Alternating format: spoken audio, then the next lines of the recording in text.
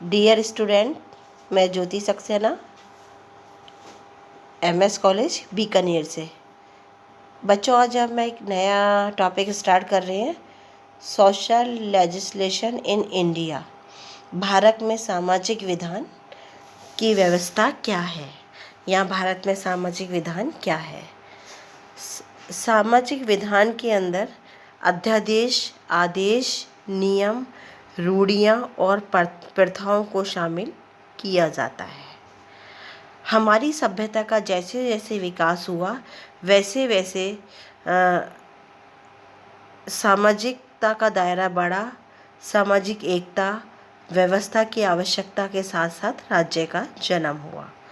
और इसी बात को बताते हुए जर्मी टाइलर ने कहा है कि यदि मानव में बुद्धि नहीं होती तो उसमें एक उच्चतर शक्ति ना होती तो भेड़ियों का झुंड मनुष्यों की तुलना में अधिक शांत और एकमत होता। सामाजिक विकास में सहायक रूढ़ियाँ, प्रथाएं, परंपरा तथा मूल्यों को हर समाज में एक शक्ति का स्थान प्राप्त होता है। यही मूल्य, परंपराएं, सामाजिक विधान या कानूनों का जो शुरुआती रूप है वो रहा है।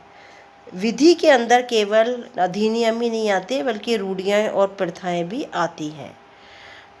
इसीलिए जस्टिस M.N. वेंकटचलैया ने कहा है कि कानून के नियमों का उद्देश्य जनता की शक्ति को अनुशासित करना है और वरिष्ठ अधिकारी जो राज्य चलाने के लिए नियुक्त है के लिए स्तर तय करना है।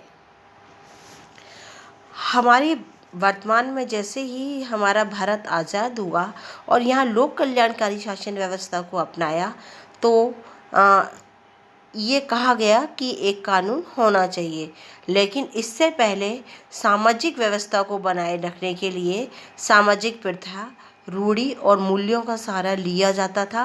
राजा महाराजाओं के द्वारा जो फरमान जारी होते थे वो व्यवस्था को बनाए रखते थे। आज हमारे कानून का निर्माण राज्य द्वारा होता है जो सामाजिक राजनीतिक आवश्यकताओं के अनुसार सामाजिक मूल्य और देश के पर्यावरण पर निर्भर करता है। भारत में विधि का शासन है, हमारे यहाँ कानून से बढ़कर कुछ भी नहीं है। इंदिरा गांधी जी ने कहा है, कानून राजाओं का राजा है। कानून कई प्रकार के हो सकते हैं तथा उनकी आवश्यकताओं के अनुसार उन्हें बांटा जा सकता है, लेकिन सारे कानून व्यक्ति के लिए ही बनते हैं। उसका दायरा आर्थिक, भौगोलिक और व्यापारिक होने के कारण उनको कई बार सामाजिक कानून नहीं कहा जा सकता। जो कानून राज्य द्वारा सामाजिक रक्षा, परिवर्तन, विकास और कल्याण के लिए बनाए जाते हैं वो ही कानून सामाजिक कानून कहलाते हैं। मैकाइवर का कहना है, राज्य कानून की संतान और जनक दोनों है। कानूनों को परिभाषित करते हुए G.C. हालन का कहना है कि सामाजिक विधान सामान्यतः राज्य द्वारा किए गए उन प्रावधानों से है जो मानवता और समानता के आधार पर व्यापक स्तर पर समाज के उत्थान के लिए बनाए गए तथा लागू किए जाते हैं। हमारे सामाजिक विधान कानूनों में समाज के पिछड़े वर्ग को समानता, न्याय दिलवाना, उनकी शोषण से मुक्ति करवाना, उनकी ऐसाइयों को सहारा देना, ये सारे लक्ष्य निर्धारित किए गए हैं। इसीलिए हमारे सामाजिक कानूनों को हमने उन्हें श्री सत्यकेतु विद्यारंकर ने उन्हें 5 भागों में बांटा है।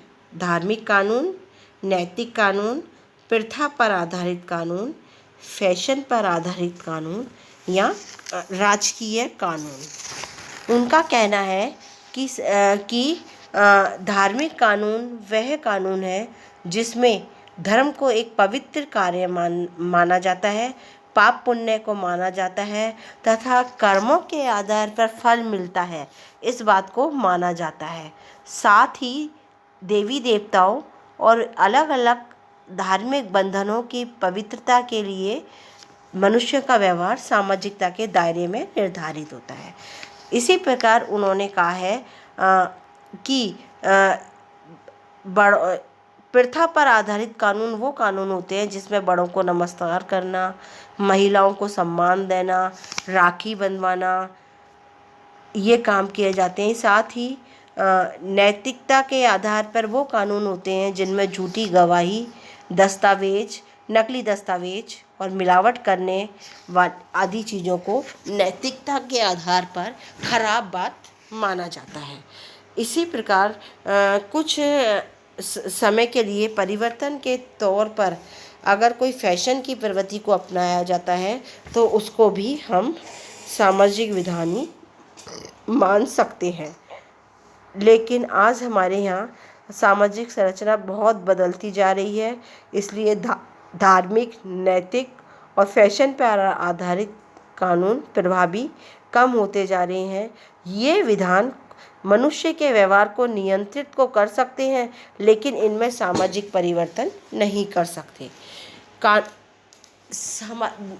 सामाजिक कानून वो कानून होते हैं जो सामाजिक बुराइयों को मिटाते हैं, सामाजिक विघटन को रोकते हैं, सामाजिक समानता, न्याय और कल्याण की रक्षा के लिए राज्य द्वारा बनाए जाते हैं। इस प्रकार के सामाजिक कानूनों को समाज द्वारा कभी सहज और कभी उसे बाध्यकारी रूप से स्वीकार किया जाता है। जो व्यक्ति रूढ़िवादी को मानते हैं वो कहते हैं कि किसी भी प्रकार के परिवर्तन सही नहीं है। दूसरे वो व्यक्ति होती हैं जो सामाजिक कल्याण के लिए, कुरीतियों को ख़त्म करने के लिए क्रांतिकारी सुधारों को अपनाते हैं, वो सुधारवादी कहलाते हैं। भारत जैसे परंपरागत, अशिक्षित और अलग अलग भिन्नताओं से युक्त समाज में सामाजिक सुधार के कानूनों का एक व्यापक स्तर पर स्वागत नहीं होता। इन कानूनों की सही तरीके से क्रियान्वित नहीं होती। सामाजिक विधान की आवश्यकता इसलिए भारत में मानी जाती है कि ये सामाजिक नियंत्रण में सहायक होते हैं, ये सामाजिक नैतिकता को बनाए रखते हैं, साथ ही सामाजिक परिवर्तन के साथ संतुलन का काम करते हैं। इसलिए हेनरी एडम ने कहा है कि आधुनिक राजनीति मनुष्यों का नहीं बल्कि शक्तियों का संघर्ष है। सामाजिक विधानों के माध्यम से अपराधी, शोषणकर्ता, मानवता को चोट पहुंचाने वालों पर नियंत्रण आसानी से रखा जा सकता है। बदलते हुए पर्यावरण में समन्वय, सामाजिक, आर्थिक और राजनीतिक संस्थाएं हमेशा एक समान नहीं रहती, समय के अनुसार उनमें परिवर्तन आते रहते हैं। ऐसे में समाज का विघटन होने की संभावना बनी रहती है। राज्य का ये कर्तव्य होता है कि बदलती हुई परिस्थितियों का सामना सही सामाजिक विधान बनाकर करे ताकि समाज में असमानता की स्थिति नहीं बन पाए। सामाजिक परिवर्तन का माध्यम, परिवर्तन आज सृष्टि का नियम है तथा किसी भी परिवर्तन को सही दिशा में लाने के लिए लोक कल्याणकारी सरकारें अपने कार्य कर रही हैं। भारत में अनुसूचित जाति, जनजाति, पिछड़े वर्ग, महिलाओं की दशा सुधारने तथा बाल विवाह, दहेज प्रथा जैसी बुराइयों को हम इस सारे परिवर्तन को हम सामाजिक विधानों से ही इन सब पर हम नियंत्रण रख सकते हैं। साथ ही आज हमारा देश लोक कल्याणकारी राज्य की अवधारणा को अपना लिया है। वो जनता का चहुमुखी विकास करता है। शासन अपने कार्यक्रम और नीतियों को वास्तविक रूप देने के लिए नियमों का निर्माण करता है, लेकिन आज वर्तमान के युग में लोक कल्याणकारी प्रणाली है और जिसका आधार कानून है। शासन के दायित्वों का निर्वहन करने के लिए हमें सामाजिक कानूनों की ज़रूरत पड़ती है। समाज के विकास को गति देने के लिए, सभी को समान अवसर देने के लिए, उन्हें बुराइयों से दूर करने के लिए, उनके शोषण से उनकी रक्षा करने के लिए और हर व्यक्ति की जो एक मूलभूत या न्यूनतम आवश्यकता है उसे पूरी करने के लिए सामाजिक विधान की आवश्यकता है। आज हमारा प्रशासन विकास प्रशासन का पर्यायवाची बनता जा रहा है।